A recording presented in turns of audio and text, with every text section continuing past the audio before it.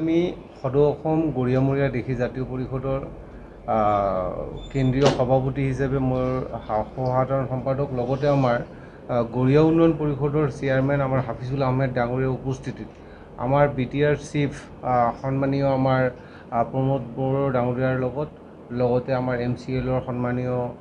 বিষয়ববীয়া লগতে UPPLৰ বিষয়ববীয়াৰ লগত এটা সৌজন্যমূলক আমি সাক্ষাৎ কৰোঁ আৰু সাক্ষাৎ কৰি আমি 7 দফীয়া আমি দাবী সম্বলিত এখন স্মাৰকপত্ৰ প্ৰদান কৰোঁ আৰু ইয়াৰ দাবীসমূহৰ ভিতৰত গাই দিছোঁ যে 1 নম্বৰ দাবী হৈছে যে এই জনগোষ্ঠীৰ লোকসকলক চৰকাৰীভাৱে সুকীয়া জৰীপৰ কথা আমি দাবী কৰিছোঁ যে আমাৰ গৰিয়ামৰীয়া দেশীসকলক আমাক চিনাক্তকৰণ কৰিব লাগে। আমি গৰিয়ামৰীয়া দেশীসকলৰ নামত আমাৰ বিভিন্ন আৰু বেলেগ নামীয় জনগোষ্ঠীয়ে আমাৰ সুবিধাসমূহ লৈ আছে, গতিকে আমি গৰিয়ামৰীয়া দেশী এই জনগোষ্ঠী তিনিটাক আমি চিনাক্তকৰণ কৰাৰ কাৰণে দাবী জনাইছোঁ। 2 নম্বৰ দাবী জনাইছোঁ যে ভিতৰুৱা অঞ্চলত গৰিয়ামৰীয়া দেশী লোকসকলক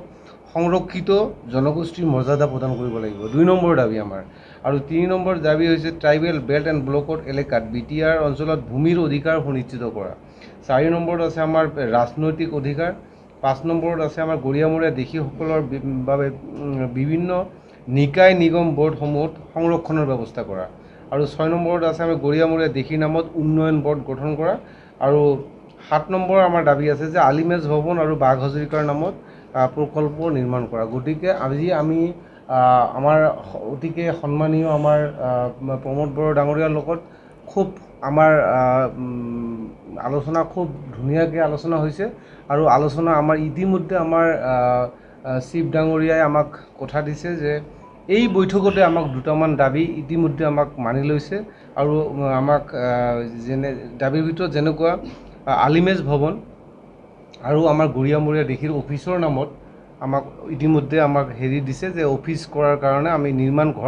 অফিচ নিৰ্মাণ কৰাৰ কাৰণে আমাৰ 2 ঠাইত মাটি ইতিমধ্যে আমাক চাবলৈ দিছে আৰু ইতিমধ্যে ছাৰে কৈছে যে টকা এই বাজেটতে আমাক ধাৰ্য কৰিব। গতিকে আমি সদৌ অসম গৰিয়ামৰীয়া দেশী জাতীয় পৰিষদৰ তৰফৰ পৰা আমাৰ BTC চিফ আমাৰ প্ৰমোদ বড়ো ডাঙৰীয়াক আমি আন্তৰিক ধন্যবাদ জ্ঞাপন কৰিছোঁ যে আজি তেখেতে আমাক যেনেকৈ সন্মান দিছে আৰু সন্মান সহকাৰে আমাৰ কথাখিনি শুনিছে আৰু দাবীসমূহ পূৰণ কৰাৰ কাৰণে তেখেতে আমাক কথা দিছে। গতিকে আমি সদৌ অসম গৰিয়ামৰীয়া দেশী জাতীয় পৰিষদৰ পৰা তেখেতলৈ আমি আন্তৰিক অভিনন্দন জ্ঞাপন কৰিছোঁ আৰু তেখেতৰ লগত অনাগত দিনতো আমি সদৌ অসম গৰিয়ামৰীয়া দেশী জাতীয় পৰিষদ তেখেতৰ লগত আলাপ আলোচনাৰ মাধ্যমেৰে আমি আগবাঢ়ি যাম আৰু যিকোনো সময়ত তেখেতৰ লগত সাক্ষাৎ কৰাৰ যি ব্যৱস্থা সেইটো তেখেতে আমাক এটা কথা দিছে আৰু আমি যিকোনো সমস্যা লৈ আমি তেখেতৰ ওচৰত তেতিয়া আমি তেখেতৰ লগত সাক্ষাৎ কৰিব পাৰিম। ইয়াতকৈ আমি বহুত সৌভাগ্যৱান বুলি কৈছোঁ যে আমি গৰিয়ামৰীয়া দেশী জাতীয় পৰিষদে ইমান দিন ধৰি আমি আন্দোলন কৰিছোঁ, অথচ আমি BTRত কোনো ধৰণৰ কেতিয়ালৈকে কোনো এখন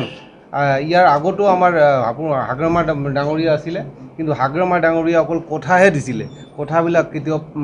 পালন কৰা নাছিলে, কেতিয়াবা বাস্তৱত পৰিণত হোৱা নাছিল। কিন্তু আজি আমাৰ প্ৰমোদ বড়ো ডাঙৰীয়া যিখিনি কথা কৈছে আমি সঁচাকৈ ছাকচেছ অনুভৱ কৰিছোঁ আৰু তেখেতে যিখিনি কথা দিছে আৰু আমাক আমি সঁচাকৈ হেপী, ভাল লাগিছে আমাক।